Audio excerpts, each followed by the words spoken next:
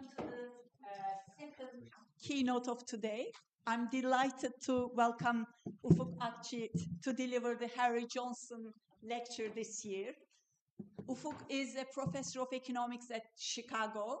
He holds BSc in economics from Koç University, Istanbul, and PhD from MIT, where his thesis was supervised by Daron Acemoğlu. He does pioneering work on quantitative economic growth, where he combines formal frameworks with huge micro-level data sets. Utilizing both firm-level and household panels, he has been looking at innovation, entrepreneurship, and doing so allows him to look at a huge number of factors, such as human capital, talent allocation, parental education, institutions, economic policy, including taxation. He has been working on innovation and productivity, and he has been very productive himself. His work finds its way to very top journals with impressive frequency. His work has been recognized by a long list of awards. His work also emerges in different forms, such as his influential book on economics of creative destruction. He has been the lead academic on World Development Report 2024. He has just been telling that World Bank decided on following from that to open a new growth academy. It's really very, very exciting. Without further ado, I would like to invite him to the floor to talk about the origins and impacts on economic growth of, again, entrepreneurship.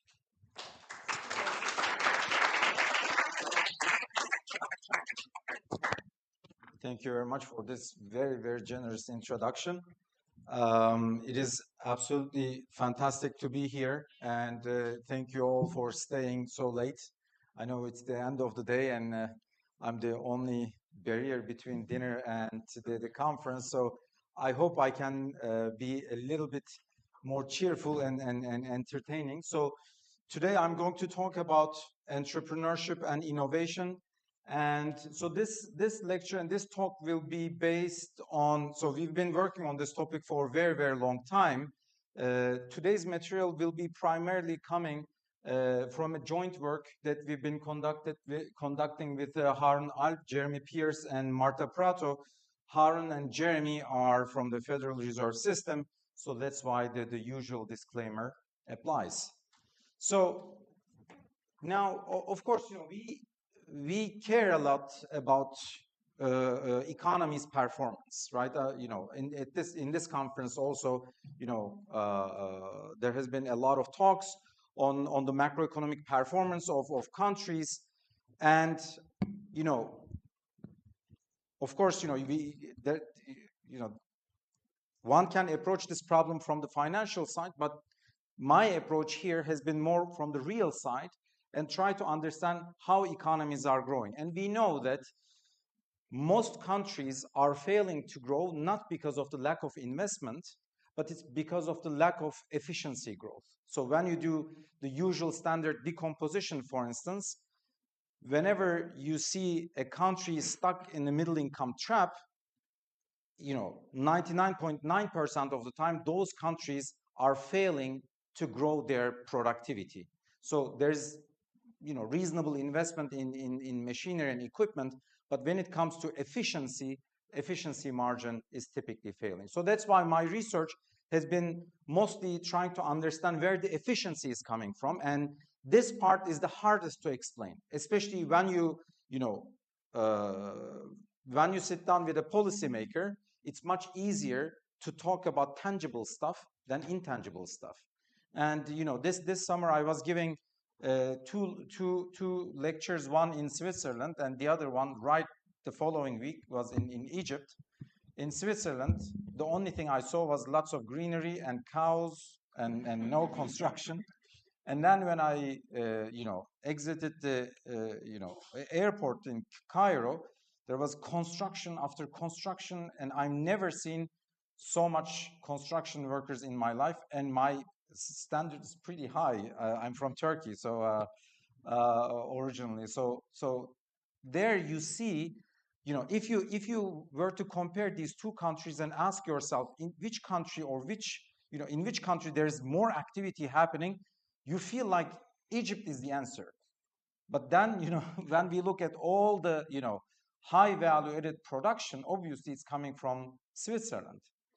Why so? Well, Switzerland is investing very heavily in intangible, and that's also how they're subsidizing their industry. Rather than just going and subsidizing firms, they are subsidizing firms only for their joint partnerships with universities in a matching way. Otherwise, they don't subsidize it. Whereas, when you look at other countries, typically the so-called middle-income countries, and when we talk about the middle-income countries, according to the World Bank definition, we are talking about countries up to a $14,000 income per capita, and this is about 6 billion people around the world.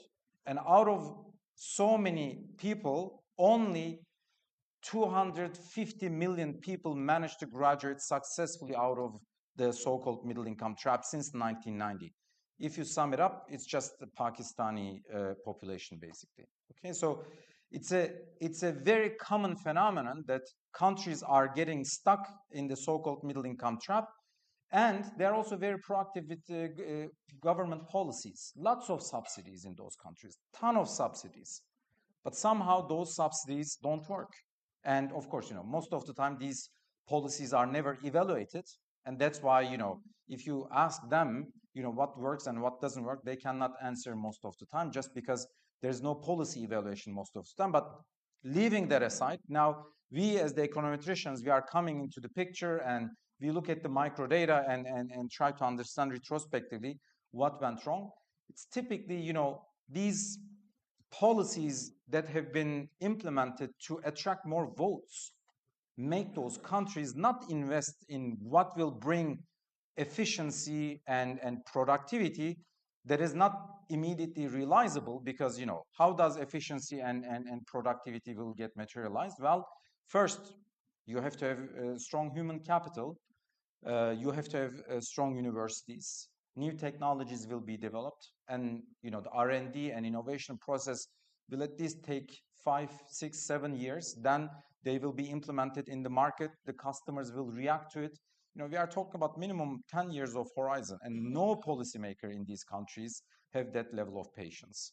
And then people are trying to go for quick return, and quick returns make them just spin in the same position. So that's typically what we observe when we look at the micro data. And our approach has been, rather than approaching these countries from aggregate data, let's try to understand at the micro level what are working and what are not working at the micro level. Because at the end of the day, if you want to understand the macro economy of it, it's the sum of individuals, it's the sum of firms that aggregates up and then determines the aggregate performance of the economy. So today I will show you an example of that. And today, rather than looking at the demand side of innovation, which is, we subsidize firms, we give them R&D tax credit, let's say. When we give them R&D tax credit, we create more appetite for R&D, right? Because it's cheaper, so they want to invest more in R&D. And that's why, R&D dollars or the R&D investment on paper goes up. But that's the demand side of it. And one thing that's very much understudied and underappreciated is the supply side of innovation. So if you don't have a good players, no matter how much you invest in the stadium, the team won't win the championship, obviously. And we are in England, of course, we would know best here. So everything starts also from the composition of individuals, right? And that part in economics have been unfortunately understudied, but this is not because people didn't think about it. This type of data to study the supply side of innovation wasn't available in the past. But over the past 10 years, there has been a revolution, microdata revolution, and also a revolution on the compute side. So now we are able to put together individual level data. We are able to resolve the problem of who is who. That's also an important problem, because if we want to understand the individuals, we first need to understand the same individual in a data set. But those, individual level data sets typically don't have an ID number. Think of, for instance, the patent data. People are registering patents. Thomas Edison had 1,000 patents. People are repeatedly obtaining patents, but they don't have a unique ID. Or if you think about the academic database, for instance, right? You must be receiving a lot of emails from Google Scholar or other outlets asking you, is this your paper?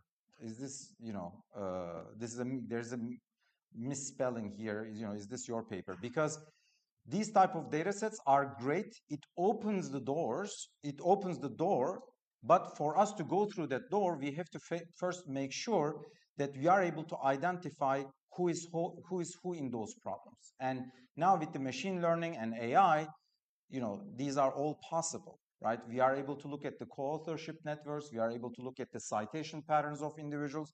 We are able to see the institutions that people are working. So then when I see two John Smith in the data, then I can say, well, this John Smith who is publishing in math is probably not the same John Smith who's publishing in history, okay?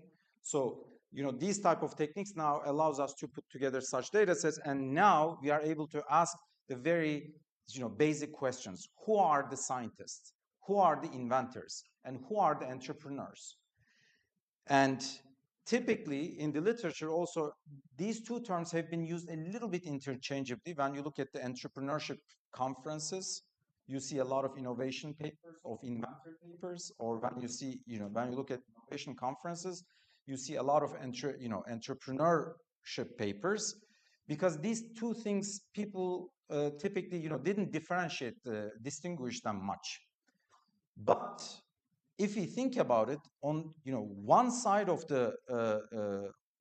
this equation is those people who are thinking about new ideas, and the other side is those people who are putting in money and hiring these inventors. So one of them is the supply side, the other one is the demand side. They are not the same.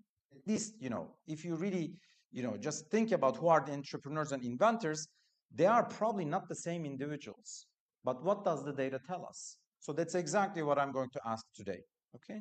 So, of course, if we think about inventors and entrepreneurs, it's not hard to imagine that there has to be a symbiotic relationship, because you can have super smart, super talented people, but unless they are offered the right jobs at the right level of salaries, people will simply leave the country, right?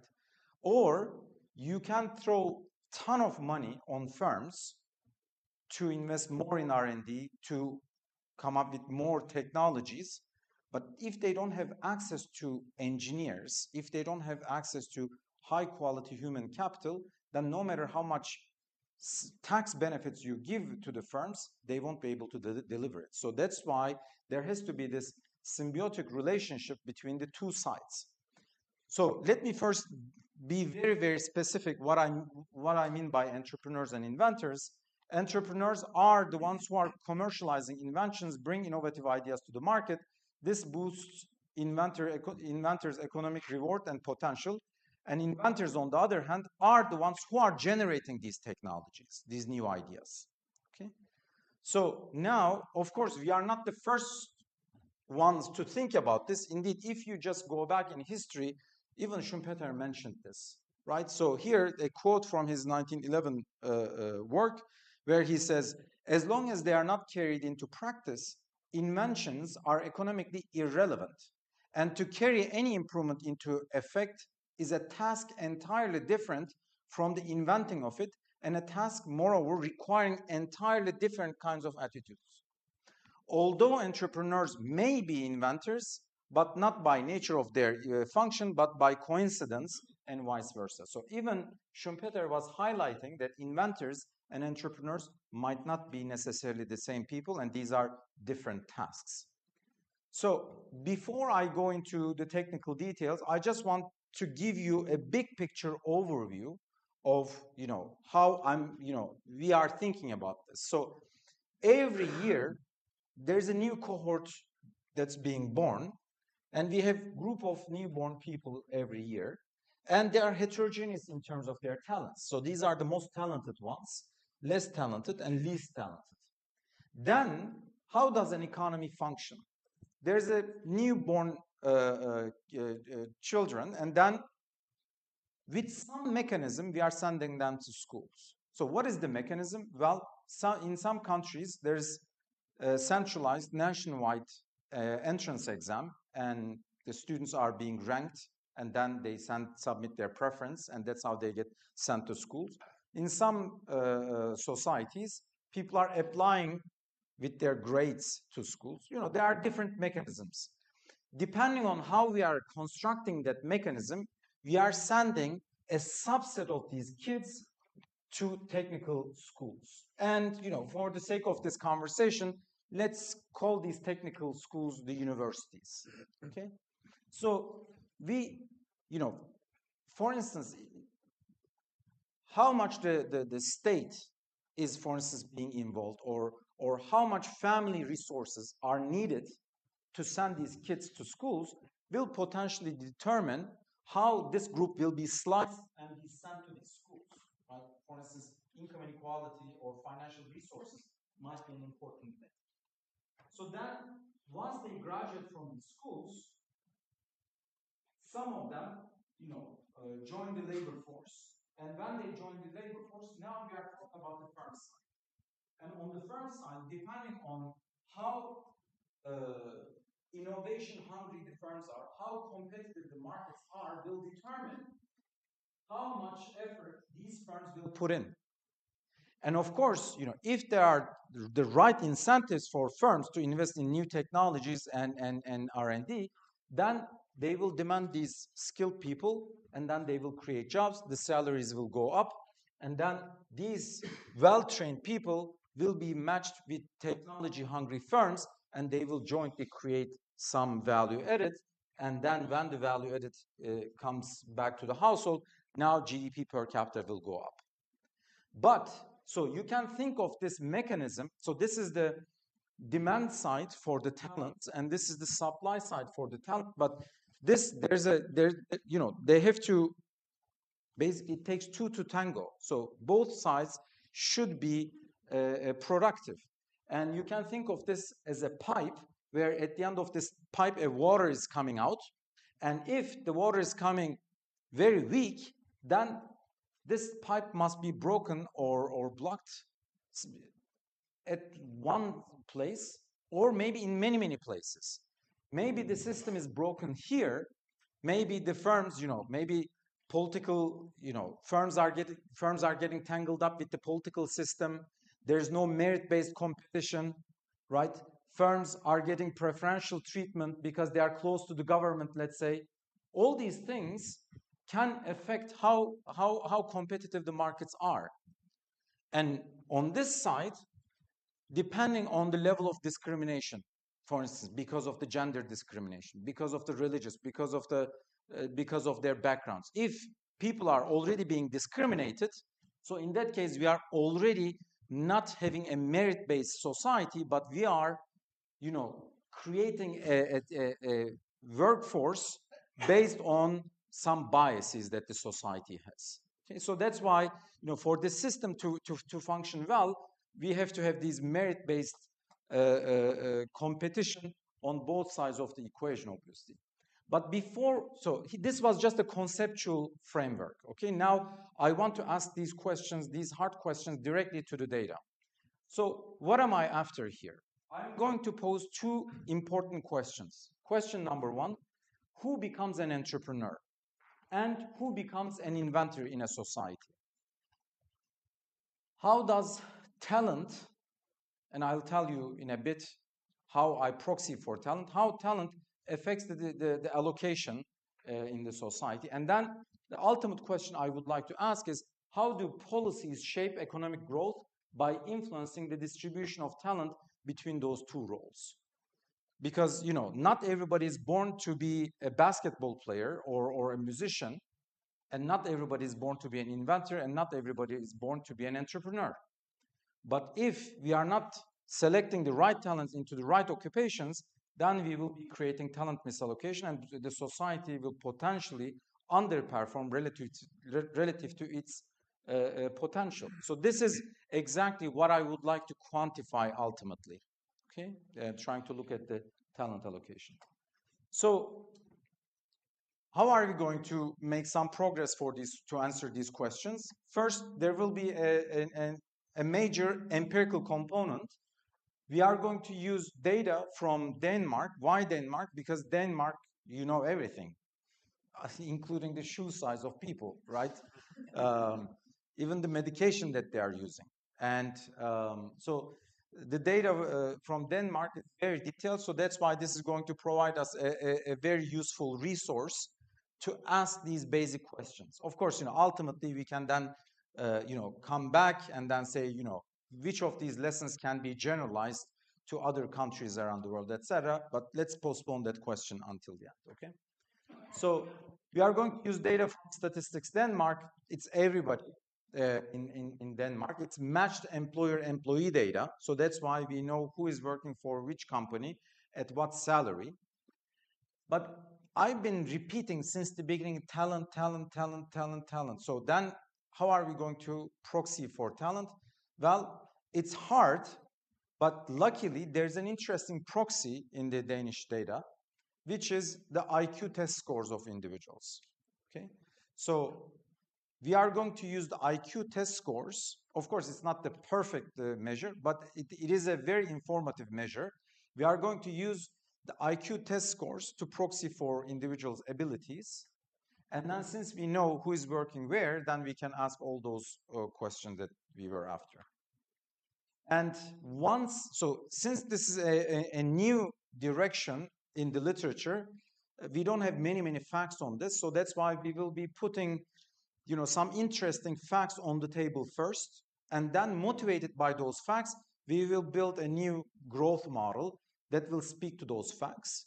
And then ultimately, we are going to match these two components by structurally estimating the theoretical model so that we can do counterfactual policy exercises. What would happen if I subsidize entry? What would happen if I subsidize R&D? What would happen if I do this? What would happen if I do that? So for that, of course, we have to have this estimated structural model ultimately, and these three steps will be the role. Okay? And if there are any clarifying questions, please, feel free to stop me at any time. Ultimately, we will also have some time for, some floor discussion too. For countries like Denmark or Switzerland, IQ is already high. And if you tell anybody I have IQ 150, they will say, well, we all have it. Let's come back to this at the end of the talk. So for now, let's try to focus more on the clarifying questions in the beginning, and ultimately, that's a very interesting question, and let's talk about that too. Yes, please. Sure. Excellent question. Excellent question. So this will, IQ data is great because it allows us to have a proxy for ability. The downside is that our sample will be restricted only to males. So that's the major limitation. So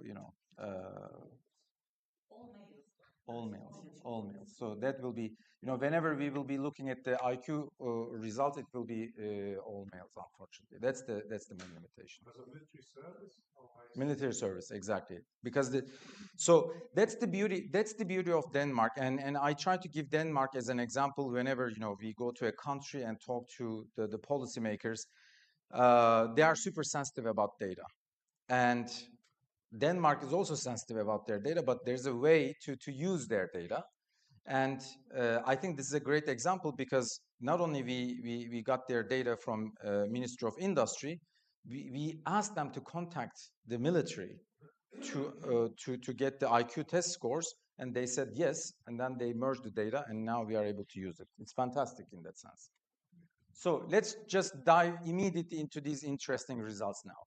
The first question that I would like to ask is, who is an inventor? Okay, but first let me define how we are going to identify these people in the data. Entrepreneurs are the ones who are founding a new firm. They are not inheriting a company from their parents. Okay, they are going to found a new firm. That's our definition of entrepreneurship here.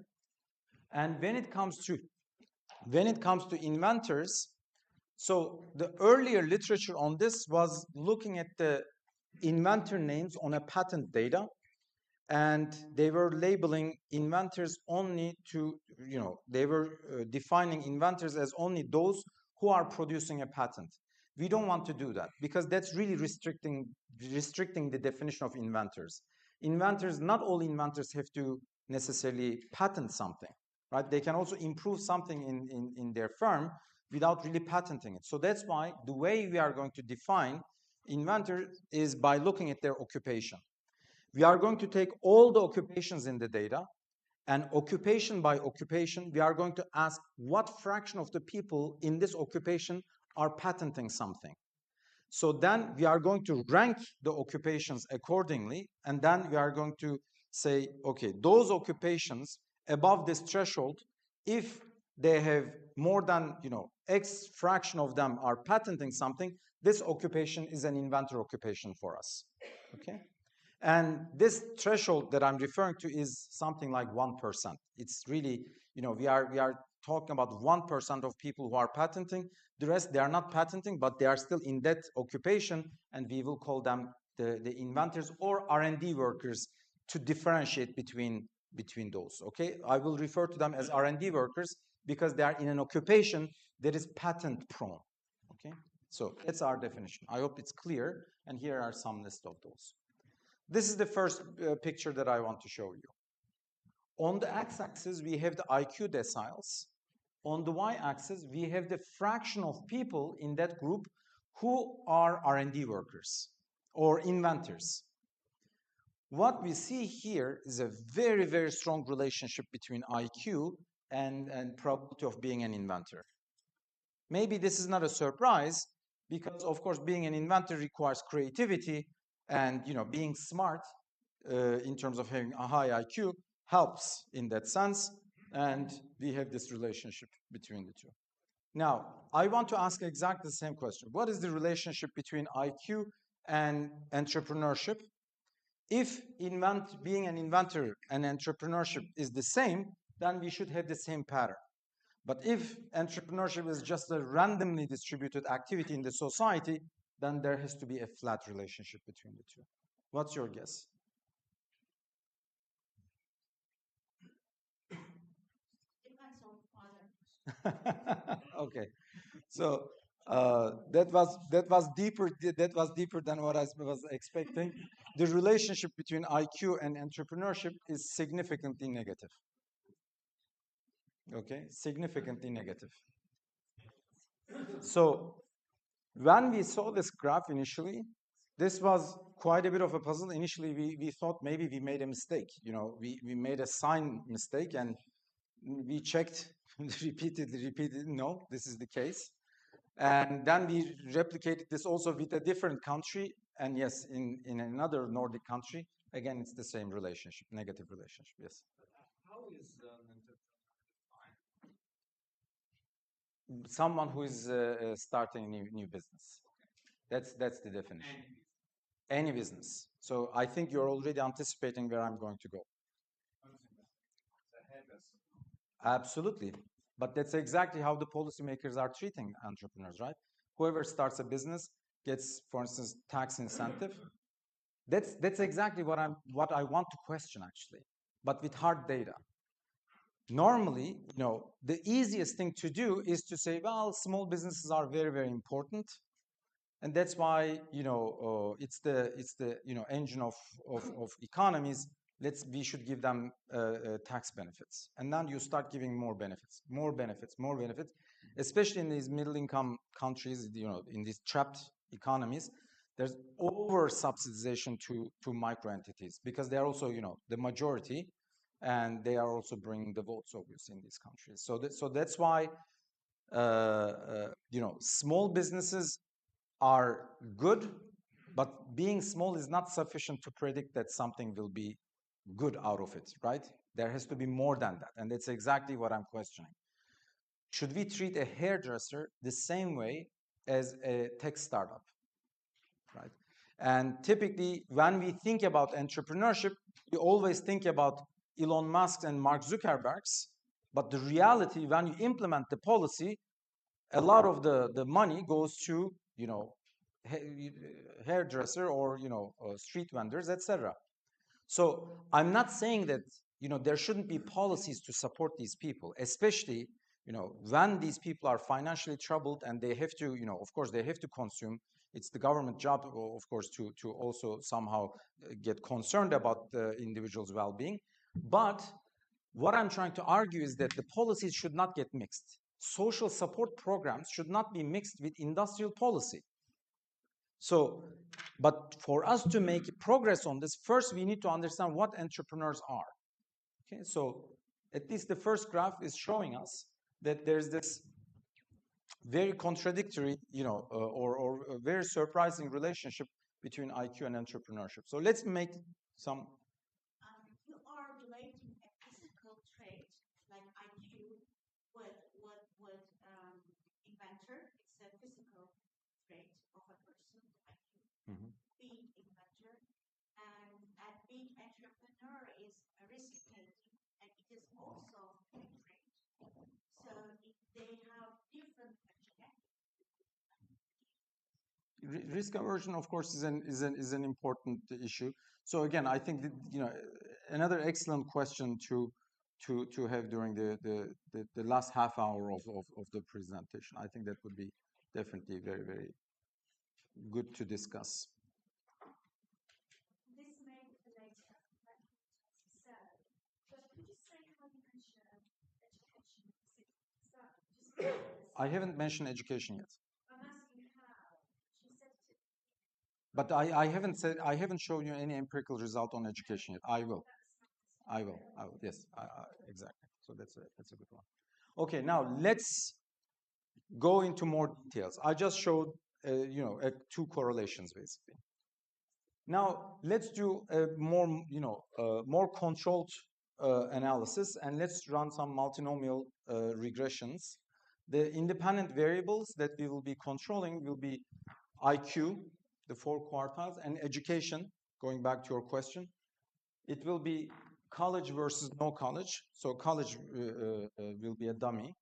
Then we will have parental income, whether they are from the top half or bottom half of the percentiles, parental income. And then we are also going to look at parent's occupation, whether the parent is an entrepreneur or an R&D worker, an inventor, or a production worker. So this is the first regression result. This is just a regression where all of them are introduced into the analysis simultaneously. We are just visually showing the coefficients basically. So what we see here is that for being an entrepreneur, the most dominant variable is whether the parents are an entrepreneur or not. So if they are born to an entrepreneurial parent, they are much more likely to be an entrepreneur themselves. And they are starting a completely new. Exactly. This is not inheriting a company. That's ruled out. So they are just starting a company, but even then, indeed, when you look at the business school literature, there are a lot of stories on, entrepreneurship being learned from the childhood, early childhood, even within family. Like if the parents are already discussing how to run a business, the child is being exposed to profit maximization. Indeed, on this exposure thing, during the class in Switzerland, somebody from the audience mentioned something very interesting. She said she grew up in the communist regime at the time, and then she was like, "Look, it's very hard to expect entrepreneurship in these societies because people were just taught, profit maximization as something being evil, and then the wall comes down, and suddenly people are asked to maximize profit, but that's not what they were exposed from the childhood." Right, so I thought that was very telling. Someone directly also sharing her own experience. In the data, we are also seeing the strong correlation, basically, that would go in the same direction. So parental entrepreneurship status has a very strong bite. And then whether the parents are inventors or not. is the second variable that has that has a byte, and then once you control for those, the ability and other things, education doesn't matter. For inventors, the picture is very different. When you run this controlled regression, the most dominant factor is the education. So someone could be talented, but you need to train them to do these sophisticated technical work, which is innovation, basically, advancing a technology. And education has the strongest bite. And then after controlling for education, even then, ability still has an important bite. And then, parental status here doesn't have any binding factor.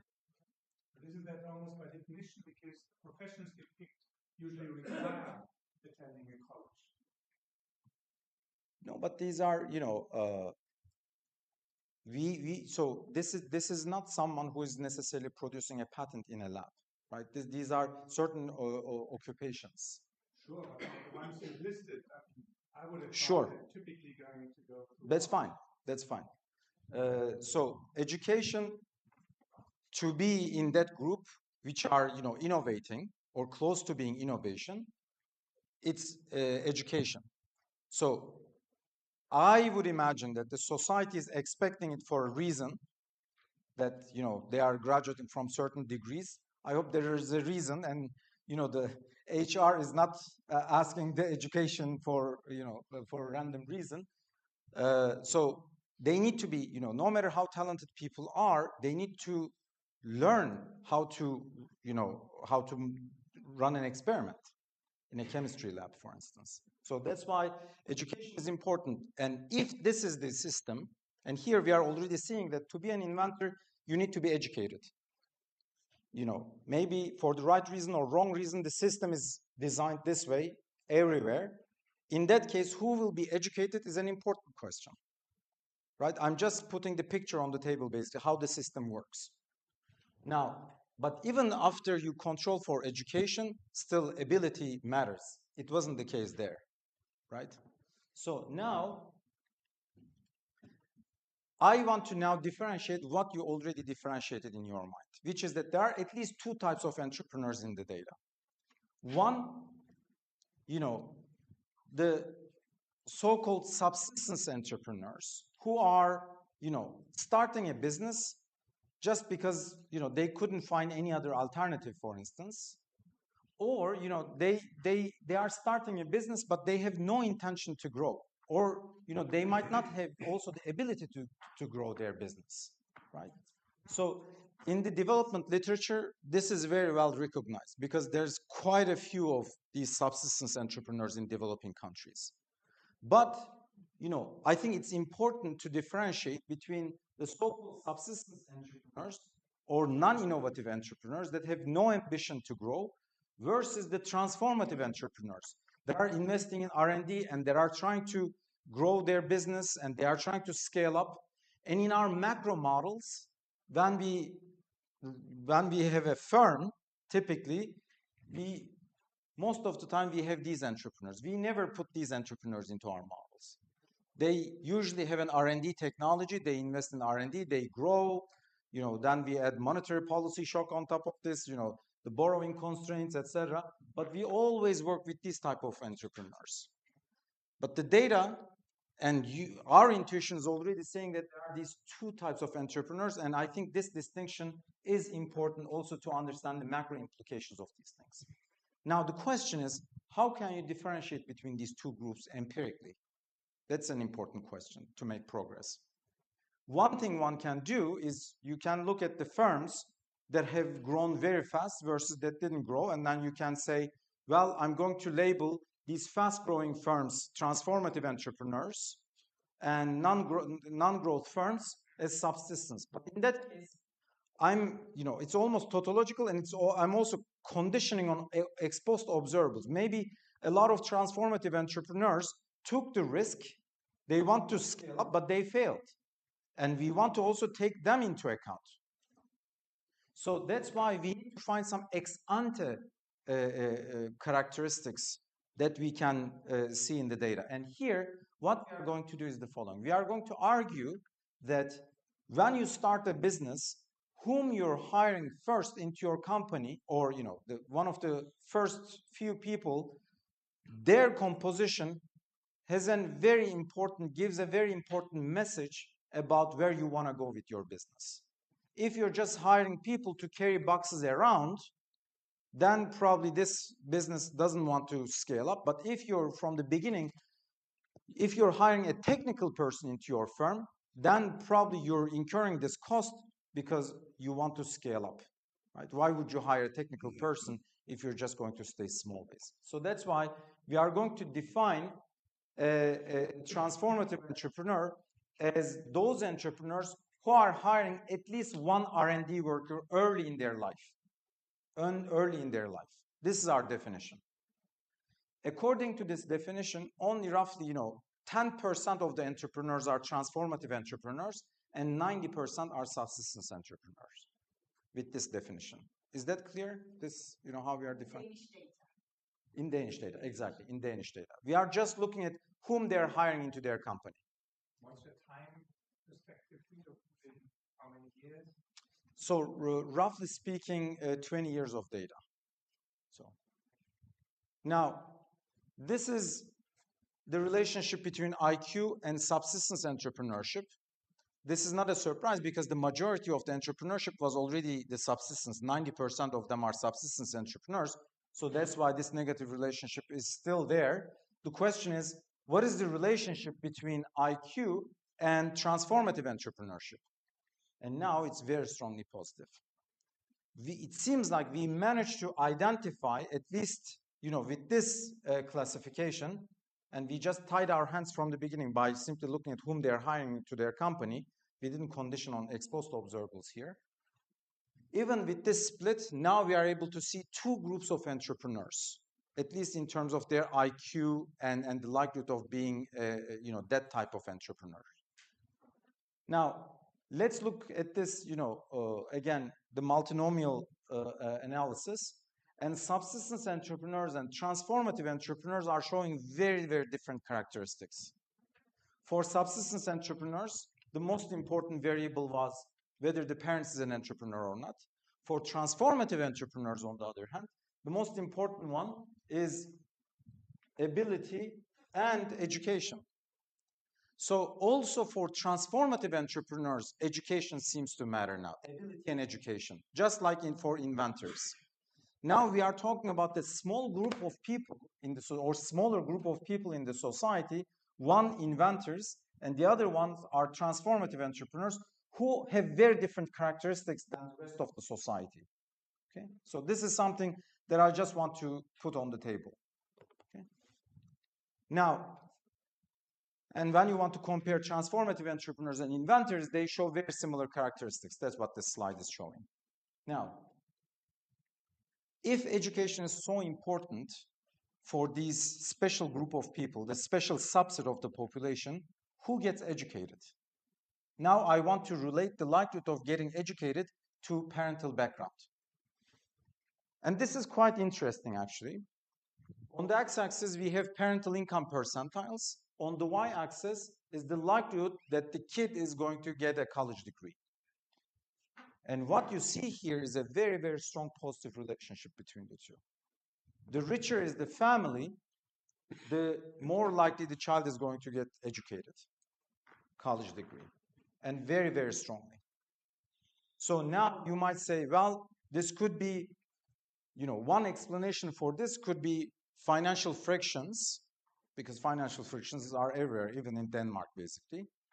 One explanation could be financial frictions. Another explanation could be that these rich families are also smarter on average, and smarter parents have also smarter kids on average. So maybe this is not a financial friction.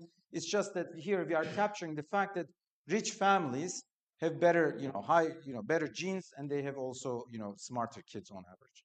But we can test this.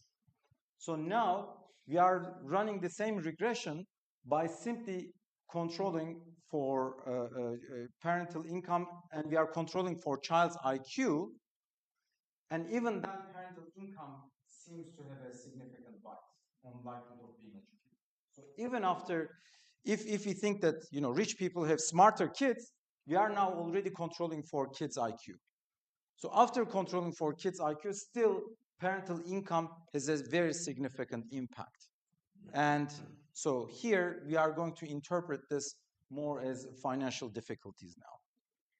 Parental income can also represent high education, because in Denmark, people are likely to have higher income if they have higher education. Sure, sure. So, and then they can help their children to educate by them, but they also help their children to choose the best school. So, so we can be even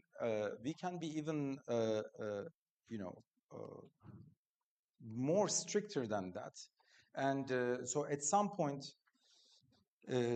here I'm not going to show those results, but you control for parents' education too, because we have the information for parental education, and even then parental income has a bite. So this variable doesn't die.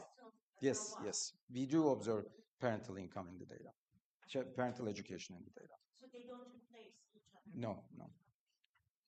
So now, given that we made this differentiation between subsistence and transformative on who becomes an inventor and entrepreneur, does this have also a bite on real outcomes that we care about? Job creation, right? Policymakers care about job creation. If it doesn't have a bite on job creation, then maybe one can say, I don't care who goes to school and who doesn't go to school, or who becomes an entrepreneur. It doesn't make any difference in the data. So now we are going to look at the job creation rates.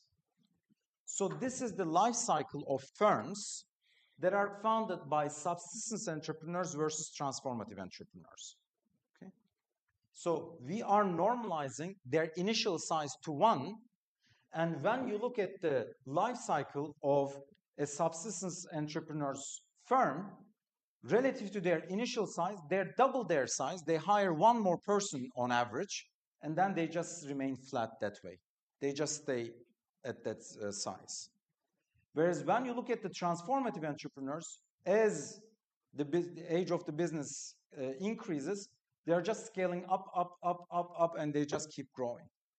So this simple differentiation that we made in the microdata seems to have a very important implication on the real observables that we care about in terms of job creation and firm growth.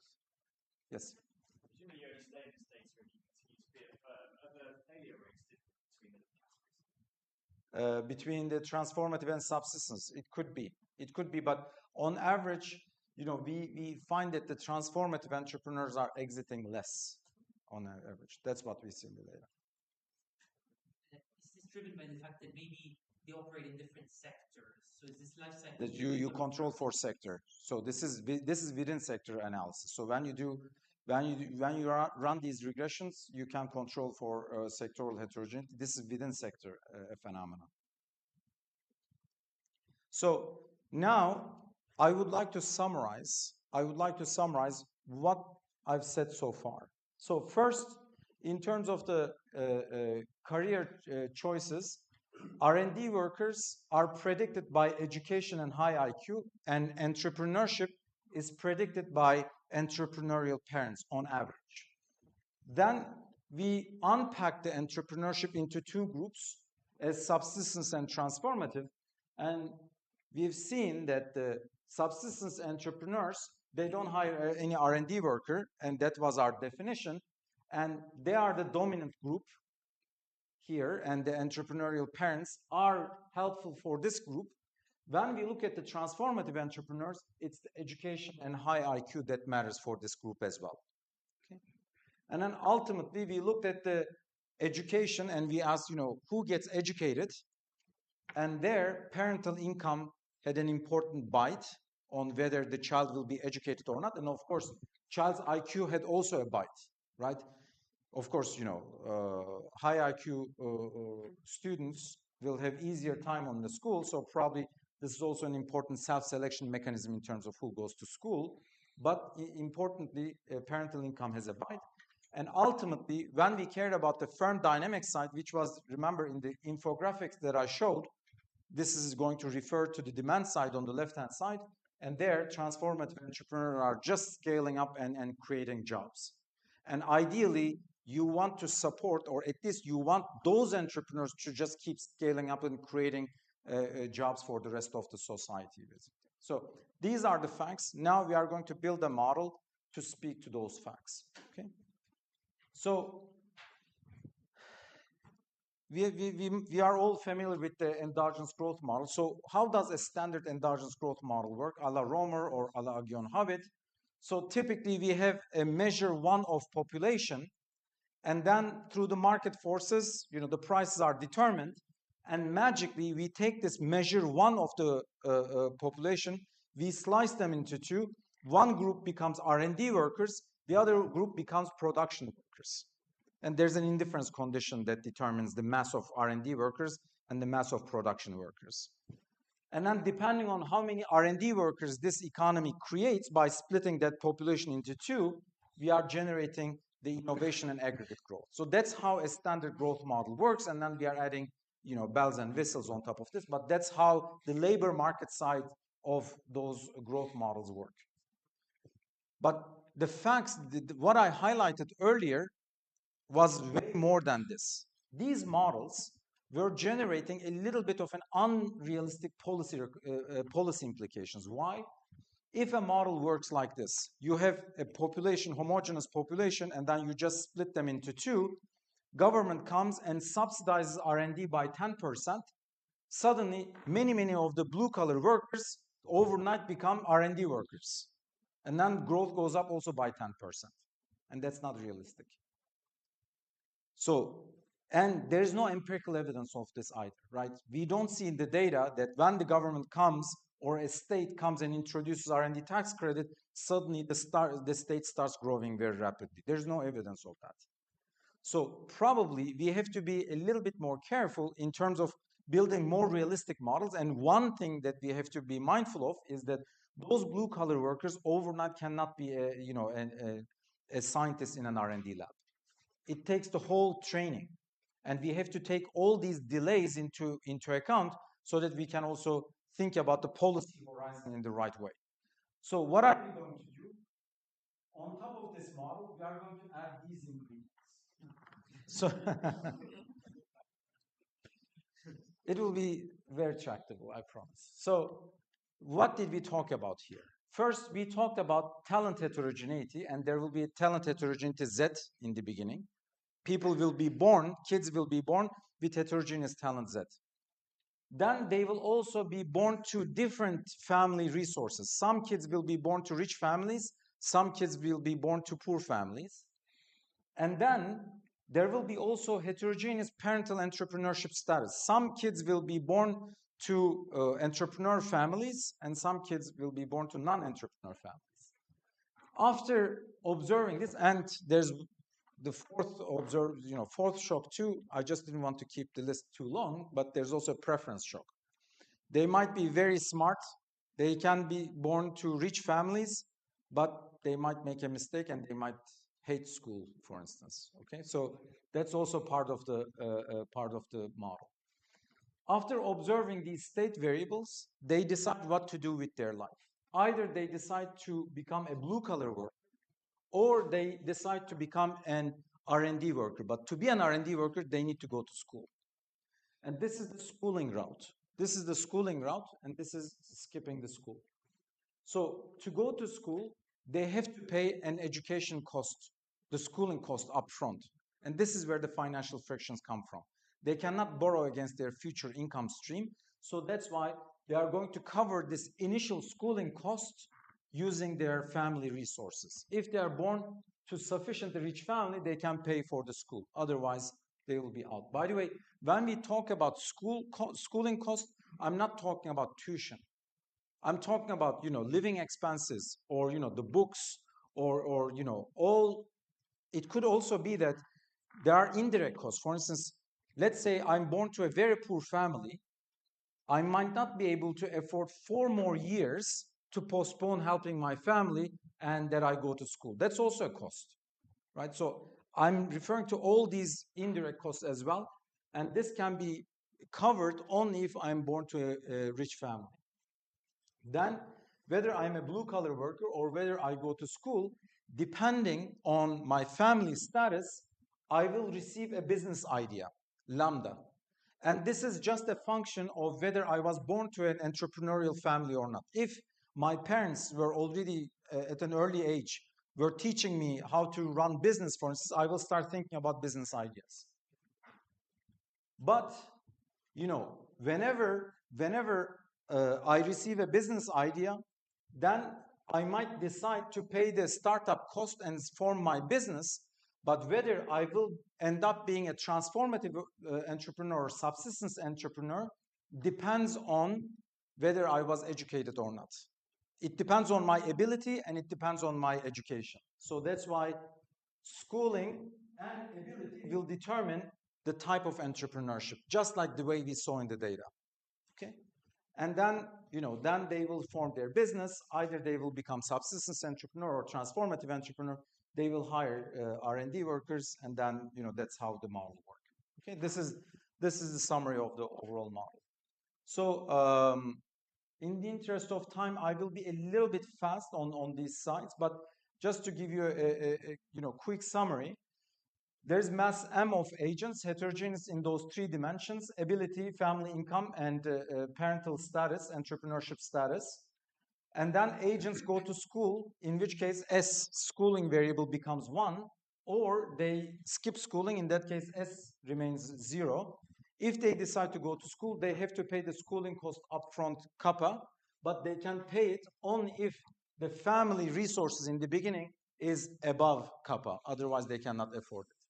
So then they are choosing this maximization. When they are deciding for their life, this is the maximization problem that they are solving. Either they will skip school or they will go to school, but in which case they have to pay the kappa cost. And this is also the preference shock that I mentioned. This can be negative or positive. So they can love school, they can hate school. So that's also allowed here. And the production side, so this was the career choice. On the production side, firm side operates just like a standard macro model, basically.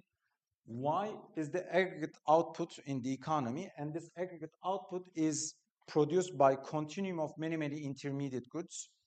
Each of those intermediate goods are labeled by J, and each of those intermediate goods are produced according to this linear production function. L is the production workers that I hire, and Q is the labor productivity of that particular product line. Okay? So growth will come from the fact that firms will become more and more efficient through innovation. Q will improve, just like the quality ladder model, Agyon-Havitt or Grossman-Help, basically. And so you can think of this model as, you can visualize this model like this. There's this continuum of product lines between 0 and 1, and a firm is defined as a collection of production units. So for instance, firm 1 in this example has 5 different production units here. Firm 2 has 3 production units. You can think of it also as coffee shops, for instance. Firm can be defined as a collection of coffee shops, just for the sake of this discussion. And the height of these bars are those Qs, labor productivities. Okay, these Qs are the height of these. So in different coffee shops, I can have different productivities. Okay, and now transformative entrepreneurs can scale up and potentially drive out subsistence entrepreneurs. There will be full creative destruction in this model. So let me give you a little bit more details in that sense. So, entrepreneurs are entering by simply paying the entry cost. And when they decide to enter, they are drawing a type theta. And this is going to be whether subsistence or transformative, depending on their schooling and their ability. And after observing their theta, they decide whether they want to pay the startup cost and enter into the economy. So how does it work? From outside, they are receiving a new business idea. And if they decide to enter the market, they will enter the market at the rate Z. And then they are going to replace this incumbent. So this incumbent will lose this particular product. And this entrant now comes in. Why? Because the entrant improved the productivity in that particular location by gamma. Now the entrant is more efficient than the previous incumbent, so that's why there's a creative destruction here. The previous incumbent is out in this particular location, and the entrant comes in. So how do firms expand? Firms expand by simply hiring R&D workers, and it also depends on their type, theta. Transformative entrepreneurs, by hiring scientists, transformative entrepreneurs can scale up more easily because they have high theta, and this is simply the innovation arrival rate at the firm level. Okay, so this is just showing that by simply hiring scientists, transformative entrepreneurs can generate new ideas, and this is also how transformative entrepreneurs will create demand for R&D workers, basically. Okay, so an incumbent will invest in R&D. If they have the appetite, they will invest in R&D, and if they are successful, they will expand into other locations. You can think of them as like Cafe Nero, for instance, okay? Which seems to be expanding quite a bit. So here, these are just collection of coffee shops, and I'm investing in R&D, and when I'm successful, I expand into a new neighborhood by improving the productivity in that neighborhood by gamma. Okay, so that's how transformative entrepreneurs, if they have the appetite, are expanding. So this is the last slide that I'm going to show on the theoretical side. So in order to decide how aggressively to invest in R&D, they need to solve their forward-looking value functions, right? So let me just describe here what an entrepreneur is deciding on. This is the continuous time value function. Let's say this is the value of a firm that has n different coffee shops. The value of having n different coffee shops is simply determined according to this HBG equation. On the left-hand side, we have the safe return. On the right-hand side, we have the risky return. What do we have here? I have n different coffee shops, and I'm collecting my profits from n different coffee shops. At the rate tau, there's creative destruction. Others are stealing my product lines. If it's a competitive market, others will steal the product line. In that case, the number of coffee shops that I have will go from n to n minus 1. But at the same time, I'm investing in R&D, and if I'm successful, I will be expanding from n to n plus 1 coffee shops. Okay, so this is going to be the depreciation, the firm value, when others are stealing from me, and this is going to be the appreciation if I manage to expand. And then the entrepreneurs are dying at the rate side. So this is how the model works. So now, what did I describe here? There's a production side. Firms are run by entrepreneurs, and entrepreneurs are two types: subsistence entrepreneurs and transformative entrepreneurs. There's, every cohort, there's, a fraction of transformative entrepreneurs that are coming in, but if the market conditions are right, transformative entrepreneurs will want to scale up, and they will push out the subsistence entrepreneurs.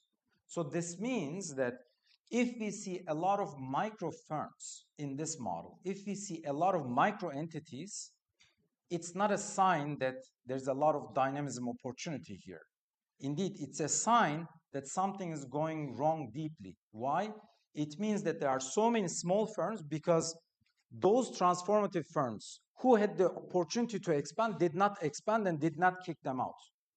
So that's why, for instance, during COVID, the business registry numbers in the US is annually about 3.5 million. And then suddenly, just during COVID in that year, the business registry numbers jumped from 3.5 million to 5 million. 1.5 million extra entrepreneurship. And then people were very happy. Indeed, you know, when you read a lot of the discussions, you know, there was a lot of, you know, cheerful messages out of this. To me, that was a terrible sign, because it shows that, you know, it cannot be that 1.5 million entrepreneurs were just ready to start a business and they were just waiting for the worst time to start a business. And the time came and they started a business. So it is important to understand, you know, having so many, you know, entrepreneurs and small entrepreneurs especially means for the economy. So we have to always look at whether they are creating jobs or not. They can start a business because, you know, if I cannot work for another company and I'm not going to stay hungry, I will try to force myself to start a business. That's a subsistence, that's a necessity entrepreneurship. What we want is transformative entrepreneurs starting and scaling up. So now we build a model where individuals can go to school if they have the means, train themselves. They can either remain as R&D workers, or if they receive also a business idea, depending on their family status, they can be a transformative entrepreneurs. And if the market conditions are right, by solving that value function, they will try to expand. What will determine their expansion rate? The profits that they are making, right? The profits, and also, of course, the government policies will matter as well. Okay, so I'm skipping the estimation part, but, you know, effectively we are just bringing the data closer, model closer to the data by targeting many informative moments. And let me just show you the goodness of fit. So remember, these were the initial graphs that I showed you in the beginning of my talk, IQ deciles, and then within each IQ decile, the likelihood of being a production worker, the likelihood of being an R&D worker, the likelihood of being a subsistence entrepreneur, the likelihood of being a transformative entrepreneur. This occupational choice seems to be working well in our estimation, in our model. So after our estimation, we are going in the same direction as the data told us in the beginning. Okay, so I feel comfortable in that sense. And these are also some non-targeted moments. So we did not target this in our estimation. And this also gives us additional comfort that our estimated structural model is indeed a reasonable model, because when we look at the share of transformative entrepreneurs over a cohort's life cycle, it's going in the same direction as the data. And when we look at the employment share of transformative entrepreneurs, what fraction of employment is held by transformative entrepreneurs, and it's also going in hand with the data. So that's why I think, you know, at least to a first order approximation, the model is generating reasonable results. Now, let's now look at some counterfactuals. So education was important to be a transformative entrepreneur, right? When you go to school, the likelihood of being a transformative entrepreneur had an additional kick. Let's see how big it was quantitatively. So first of all, how to read this table? This is the baseline growth of the economy, 1% aggregate growth. That's how we calibrated it. 96% of the population is just blue-collar workers. 1.6% are the R&D workers, 1.6 subsistence entrepreneurs, and 0.5 transformative entrepreneurs.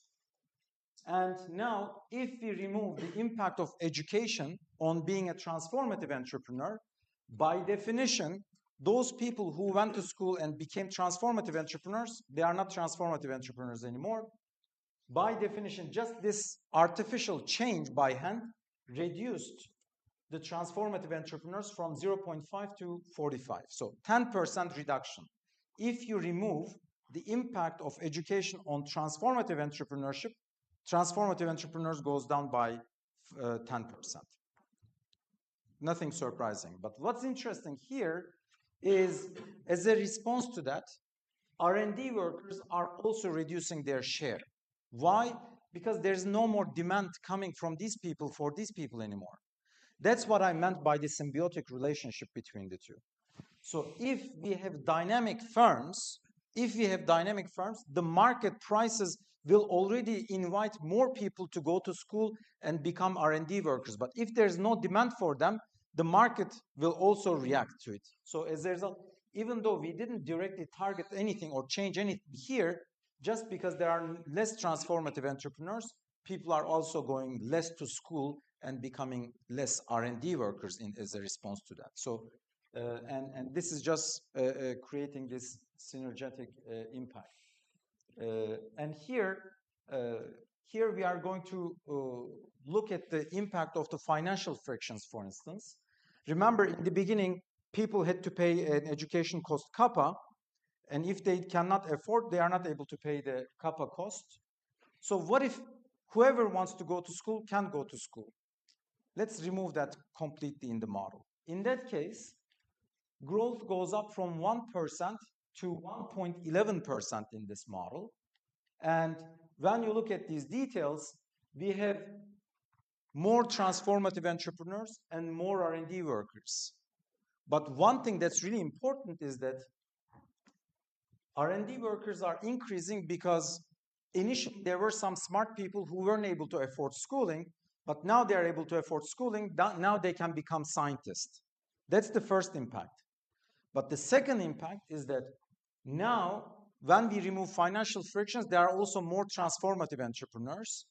And everything else equal, educated people are on more demand. So they are demanded more, basically, because there are more dynamic firms in the economy. So as a result, there is this additional impact. R&D workers are going up even more because of this indirect effect too. So look at the increase. So transformative entrepreneurs increase by 7%. R&D workers increase by 15%. Both because of the direct effect. Some people want to become scientists. They weren't able to afford it. Given the same market prices, plus transformative entrepreneurs are pushing up the skilled people's salaries, and now more people are willing to become R&D workers. And now if you just decompose this, what if there is no change in entrepreneurship? Then half of the gain is coming from the direct effect. If you look at the full general equilibrium effect, both the demand and supply effect, now you can see the full impact. So 50%, roughly speaking, is coming from the direct relaxation of scientists being able to go to school. The remaining 50% comes from the fact that there are more firms demanding their talents. Okay, this is the final slide that I want to show you today. Now, I'm going to do 4 different policy experiments. I'm going to take the government budget, the fixed budget, the same budget, and I will do different policy experiment using the same amount of money. The first experiment is, let's just give subsidies. You know, the way we are giving tax benefits to, whoever starts a new business, just like this, let's just subsidize entry uniformly without differentiating who is who. And we are using 0.5% of the GDP as for this policy intervention. In that case, growth increases by 0.11%.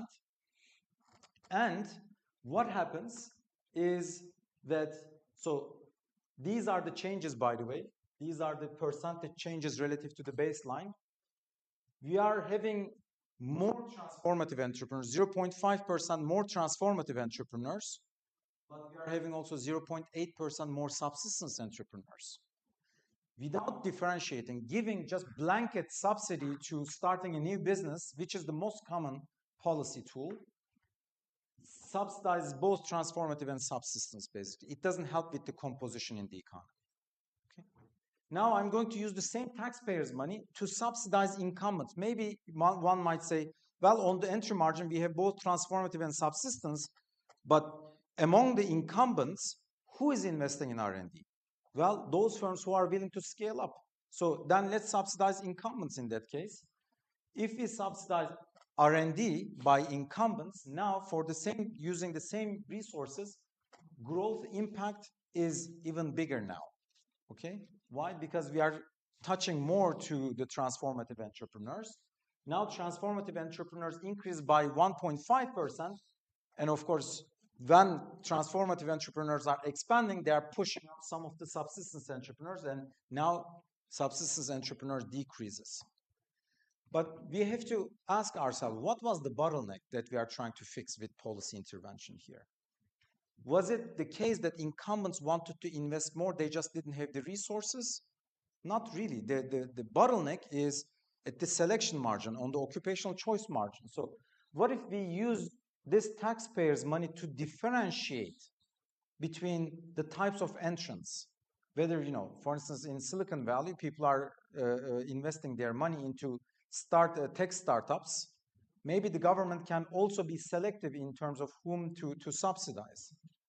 So if the government uses the same taxpayers' money to subsidize only these transformative entrepreneurs, maybe after an interview or something, they understand what they are willing to invest.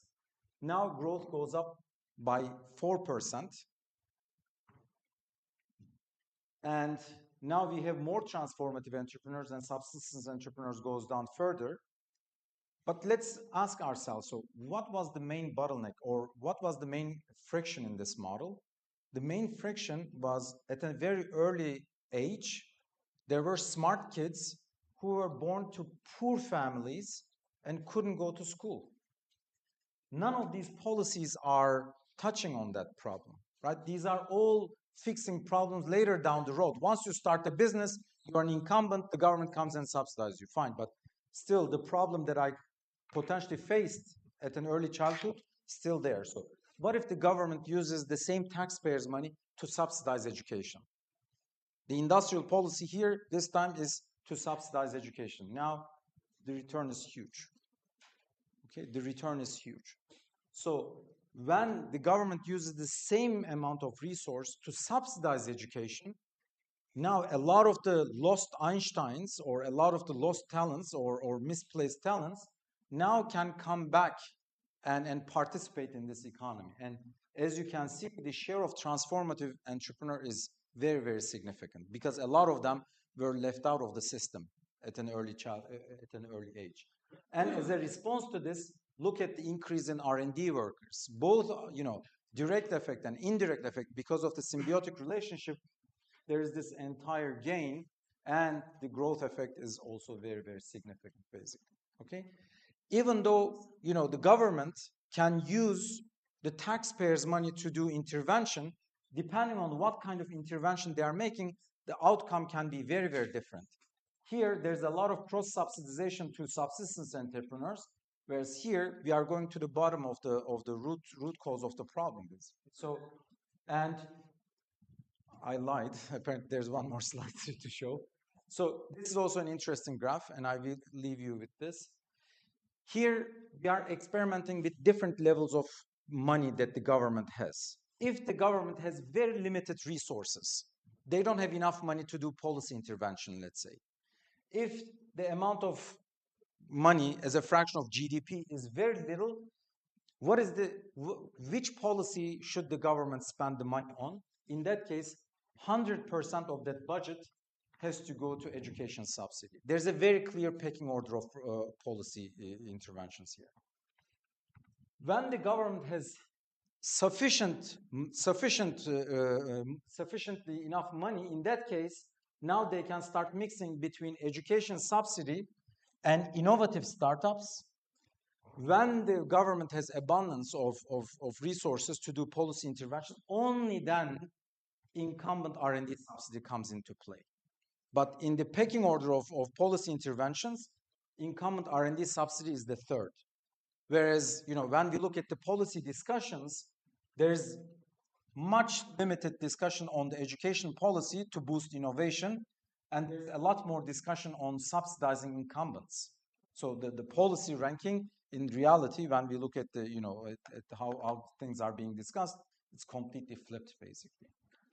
And so I think it's a good time to stop. But what I wanted to highlight is that first, there's this mutual dependence, the symbiotic relationship. It would be a mistake just to focus on inventors or just to focus on entrepreneurs in isolation. We have to evaluate them jointly. That's number one. And number two, we have to recognize that not all entrepreneurs are the same. And whenever we extend some support, probably a lot of it is also subsidizing those entrepreneurs that shouldn't be around at the first place. So as a result, probably we are creating also a lot of zombie entrepreneurs that shouldn't be there at the first place, and they should be eliminated. And I think this has also some important implications for immigration policy too, by the way. So here we talked about just the closed economy and how they should nurture their talent. But of course, this will take some time, right? You know, nurturing domestic talent will take time because we'll send them to school, they will get their degrees, then they will start, thinking about new ideas, etc. But there are a lot of readily available talents around the world, and US has been very successful in attracting them. So I think this is also a relatively quick solution in the high skill market, basically, to boost innovation in the short to medium run. So thank you very much. Thank you.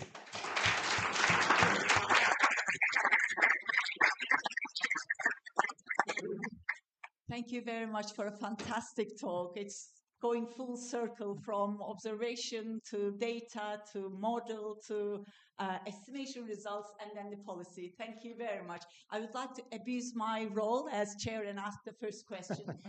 I was kind of leading up to your result, and I was going to ask the question, how would we compare investing in education or educational subsidy versus R&D subsidy? You've answered that very, very clearly. I wonder how much of that depends on quality of education, because Denmark, Finland, Sweden, they very regularly top the tables for PISA results, for example, Absolutely. indicating high quality of education. What happens if you go somewhere else with very different profiles? Absolutely. So that's an excellent question. So one thing that we should also unpack is the type and quality of the education, for sure. Indeed, we are thinking of a country's journey of growth going through two stages. For the very low-income economies, they don't have the basic infrastructure, they don't have the basic literacy.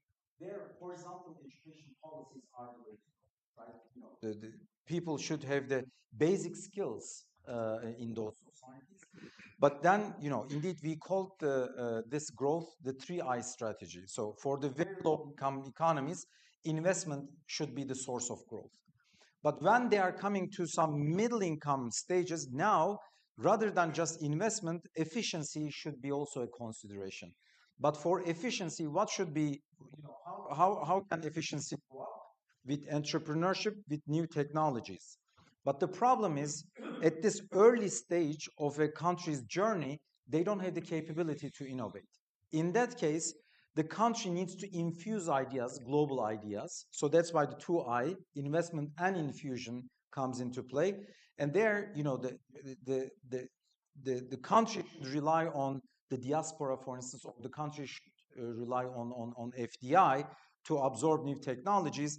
And once they are sufficiently advanced, now education policy really has to start becoming vertical rather than horizontal. Why? Because at this third stage, there are not many opportunities to infuse or adopt. The country should push the frontier forward. How are you going to push the frontier forward? By giving technical training to the right talents. But unfortunately, we cannot give high-level education. We cannot give PhD to everybody in the society. The resources are limited. And also, there has to be some consolidation of the resources. The right talents should be matched with the right resources. In that case, it's really important whom we are selecting into this smaller group of people, right? And merit-based society matters in that sense. So that's why, rather than just thinking about horizontal policies, as the country starts advancing, things should switch more to vertical. But in many countries, we observe that we are being recorded, right? So, universities are not treated that way. Okay, universities are treated more like, they will boost economic activity in the city. Let's open a new university there. Let's open a new university there. But that shouldn't be the mindset. Indeed, this is such a big mistake because resources needs to be consolidated because we all know, right? We are, in universities, and if we don't have research funding, we cannot go to conferences to begin with. We cannot be here without research funding. We cannot run experiments. And, the technical training requires resources. resources in these especially low-income countries requires consolidation and merit-based distribution. So there has to be an assortative matching between talent and resource. That way, global talents can also come to that country and share their experience. Think about how South Korea did it at the time in late 60s, early 70s. Yes, everybody talks about this, big boost that came from South Korea. But one of the earliest things that South Korea did was to bring back around 13 Korean scientists back to Korea by paying them a very significant salary and giving them very significant resource. Indeed, President Park specifically wanted them to get higher salary than himself, just to signal how much he values science. And by bringing, industry and academia together, there has been this push. So that's why the approach to universities has to be more, vertical, or education should be more vertical, and then quality matters too. Like, for instance, using global talents is extremely important, especially in this catch-up phase. But most of the time, countries that needs that catch-up makes the 180-degree opposite mistake by pushing for local, national, and they are putting quotas on the fraction of foreign faculty that they can have on their roster. Like, in some countries, it's, I think, 5% or something. You cannot have more than 5% as a foreign faculty in your roster. I mean, if you look at the US universities, look at the UK universities, so that's why these are extremely important to understand and appreciate the role of these, different approaches towards efficiency and technology-based growth.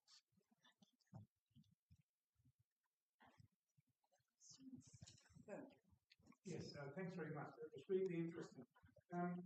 You sort of pointed out that defining inventors by patents is probably too narrow.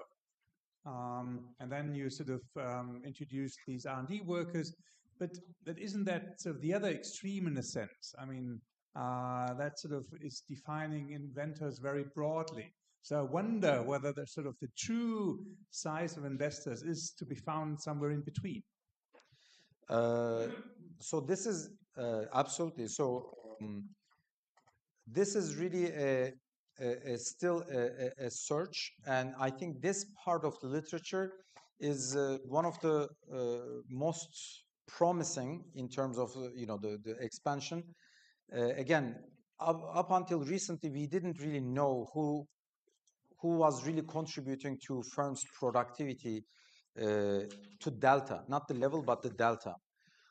Because the AKM, for instance, the AKM analysis in labor, which is the standard thing to do, is looking at the static productivities of individuals. But here we are looking at the changes of productivities, right? Through new ideas. Who produces new ideas? Who generates new ideas? And that's very, very hard. And that's why this literature started by Zvi Grillikus looking at the patent data. And now, we've been also using the patent data in the beginning, but then people rightly criticize that, not every improvement is patented. Indeed, in many, many occasions, when you bring new ideas from somewhere else, you cannot even patent it, basically, right? So then the next step that we implemented here, can we make progress on this? And it looked like, there's a lot of information in this by simply looking at the occupational categories. But again, there's a lot more to do in this direction. One thing is, for instance, in social sciences, there's no patent. There's, those job classifications are not speaking to social sciences. But hopefully, in social sciences, we are also innovative, right? And there must be a different way of proxying them. And now we have some ongoing work on identifying these, creative people or inventive people in social sciences by looking at the academic papers. But again, this is going to be a journey, and I think 20 years down the road, we will have a lot more evidence to share with you. Yeah. Yeah.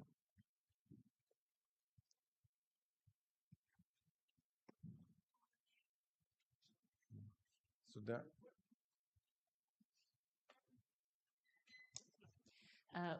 Hello. one of the actors that I was sort of missing in that framework is the really big firms that already exist for a while, where maybe the entrepreneur who started it is not there anymore, and now the decision is done by a CEO who is also I guess selected and it depends on it matters how they're selected. My prior, at least, but correct me if I'm wrong, is that a lot of the R&D activity is done by within very big firms. Also, some of the subsidies, then go to the very big firms. And I was wondering, how do you view them in this framework and the policy discussion? Yeah. A very good question. So let me just clarify one thing. It's part of this framework because firms are expanding into different coffee shops, and everything is scaling up in the number of operations that the firm has. So that's why it's totally feasible in this model, a firm to grow to 50 production units, 100 production units, and then doing 100 times more R&D than a one product transformative entrepreneur. And then, what we are assuming here is that when the owner dies, the firm doesn't shut down, so there's someone else taking over the economy. But we didn't really think about the CEO margin because that's not the ownership, that's more like a managerial position. But I think it's an excellent question. I think one next step in this agenda could be to understand the management part of things. Here it was more the ownership, who starts a company and whom they are hiring. But one thing I should highlight on this is because there was a little bit of a confusion that I've witnessed during my presentations. Large firms are definitely investing more in R&D, but what matters is the intensity relative to their size. How much do they invest? Because they're absorbing resources, they're absorbing locations, and relative to the resources that they're absorbing, how much do they invest? And their R&D intensity is significantly lower than smaller firms. Now you just opened the Pandora box, but I will limit myself because we've done quite a bit of work. So large firms are hiring, poaching inventors from smaller firms. Again, in one of our earlier studies that we've shown. And the same inventor, after moving to a large income, the same inventor, the salary goes up drastically, but the innovativeness of the same person goes down drastically. Because large firms don't have an incentive to push the frontier, right? They just want to make sure that they can preserve their market and they do not get pushed out through creative destruction. Another study that we did, this is the Italian firms. I said many good things about the Danish data, but let me also say good things about Italian data too. When Tito Boeri was at the head of the statistical office of Italy, they put out a call for application to create new data set, and we applied. And our proposal was we wanted to merge firm level data with the register of politicians. So we want to see how firms are innovating as they are growing or doing other things. Indeed, what we found is as firms are growing in size, their innovation intensity is decreasing, politician intensity was increasing drastically. They were hiring disproportionately more local politicians to their firms. These are all in line with the classic Schumpeterian creative destruction, which is when I'm young, I have to give everything to prove myself and to replace the incumbent. But if I'm incumbent, I'm not just going to try to push out others, but I'm also going to make sure that nobody pushes me out. So I start being more defensive also. I have a few more statistics, but in the interest of time, I will leave that to dinner. Perhaps we can bring this to an end. I think there was one more question. We can take a few more questions. Yeah. Okay.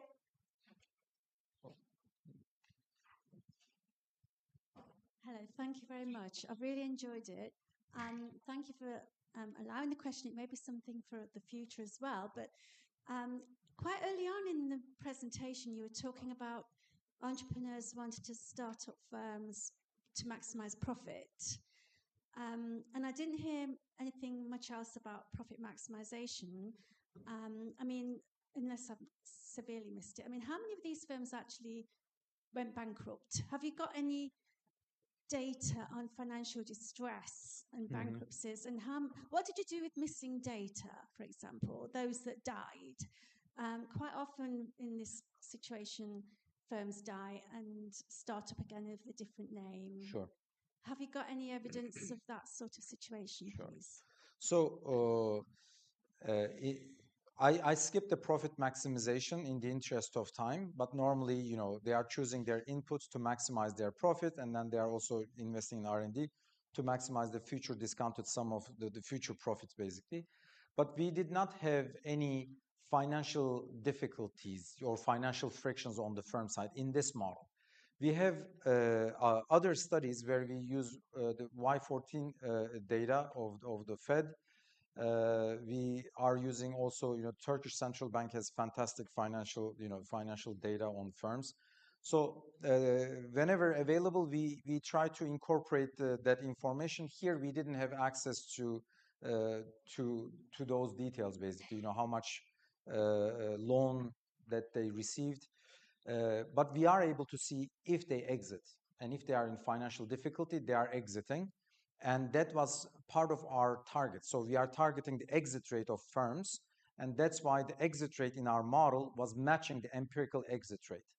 But so whether you know, whether the borrowing side would add something interesting here, the only thing I can highlight on this is the following. What we know from other data sources is that the the leveraged firms in the data are typically the high type firms. The ones who are willing to expand are the ones who are also borrowing. And so I think that's an important observation.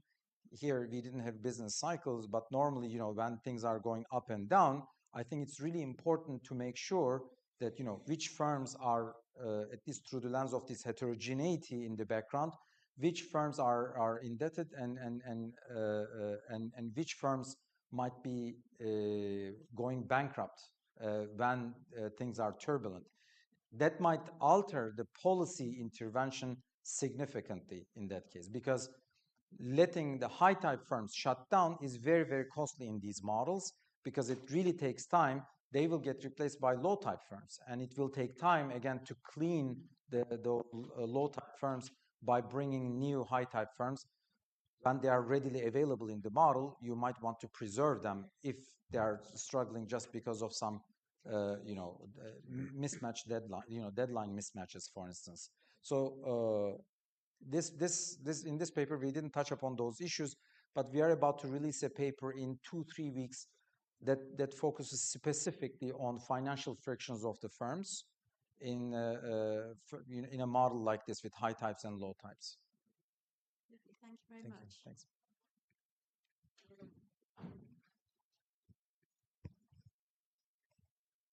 There were.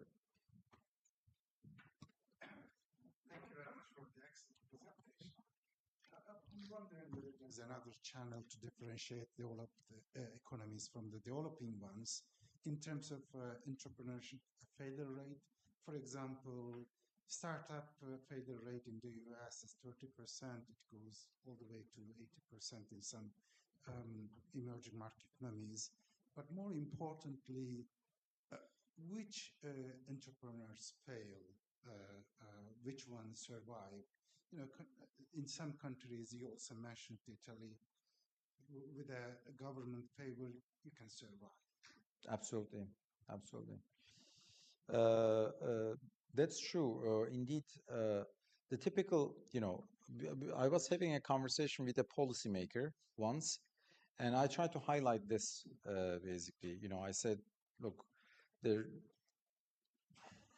when we do impact analysis of certain policies, for instance, credit guarantee program in 2017 in Turkey, let's say. When you split the firms into 5 bins, micro, small, medium, large, very large, the firms that reacted most positively in terms of employment, creating employment or sales, was the mid-sized firms. It's not the micro, it's not the small, it's the mid-sized firm. Because the micro firms, they don't have any incentive to grow anyways. No matter how much money you give them, they are not going to grow.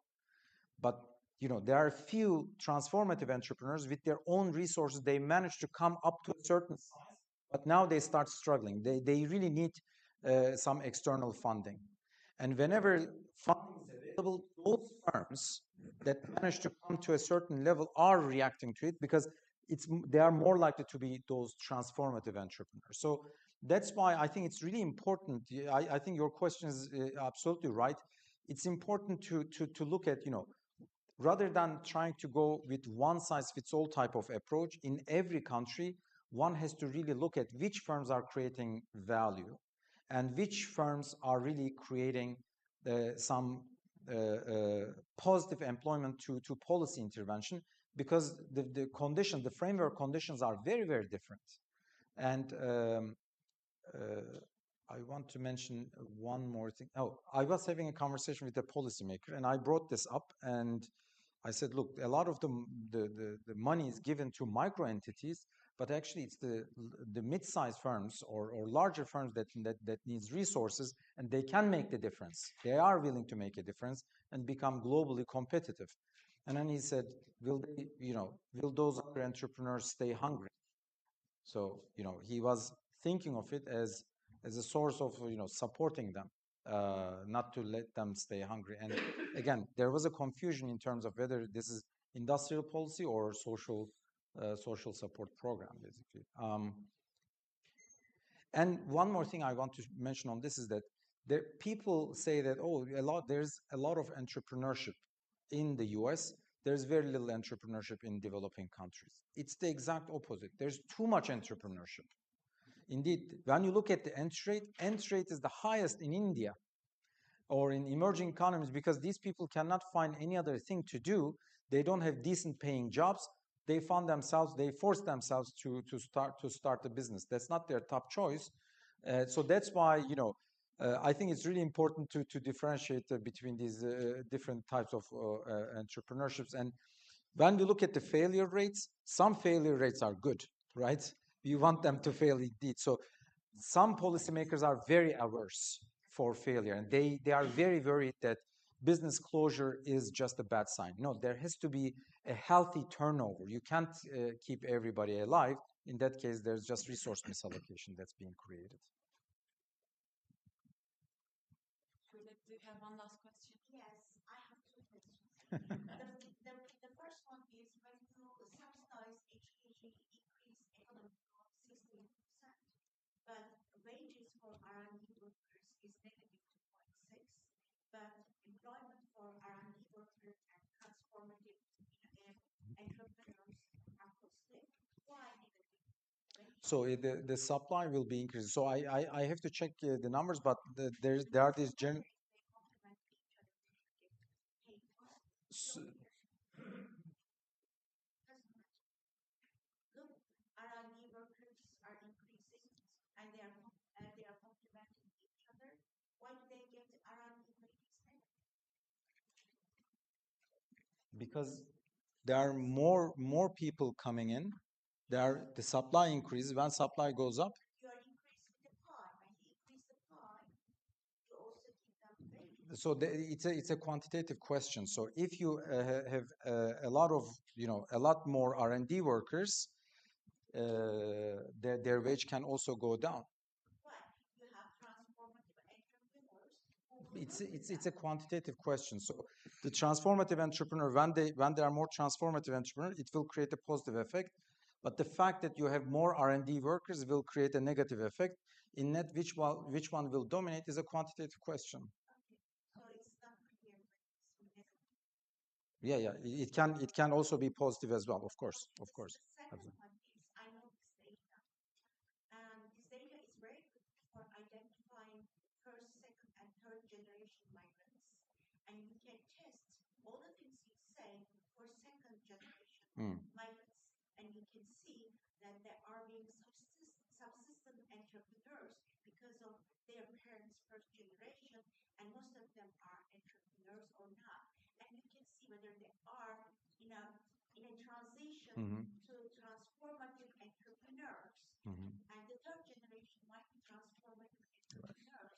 You can look at the second generation, and you can look at the policy and they have good immigration policies or support Yes. for the second generation in terms of information, how to become transformative entrepreneurs, because they are the second generation. They have the first education in their home country. They don't have the education, but if they get the information and also policy support in terms of the finance, and they can become transformative. Absolutely. So No, I we can think look at the exactly the same absolutely, for absolutely, the migrants in absolutely. Myanmar. I think the immigration policy is an extremely important issue, and so this how second generations will impact the society definitely depends on how well they got integrated, and there are so much heterogeneity across countries, and so those second generations can be even rebellious too if they were not integrated well. Typically their parents are there and they know their outside option, and that's why they are working really hard to somehow survive in those conditions. But the second generations are questioning their life in a very different way, and so we see very different reactions of the second generation in different countries. I think how second generations are creating jobs and firms is fascinating. We looked at this question in the U.S. context. Immigration had a huge impact on the long-term innovation. When a field received a lot of immigrants, it had a huge impact 50 years down the road. That we know. The second generations, it's a bit hard to identify in the US data, so maybe the Danish data could be definitely, as you said, be an interesting direction to push. Thank you. Thanks so much for all the questions. Fascinating. Thank you very much. Thank you.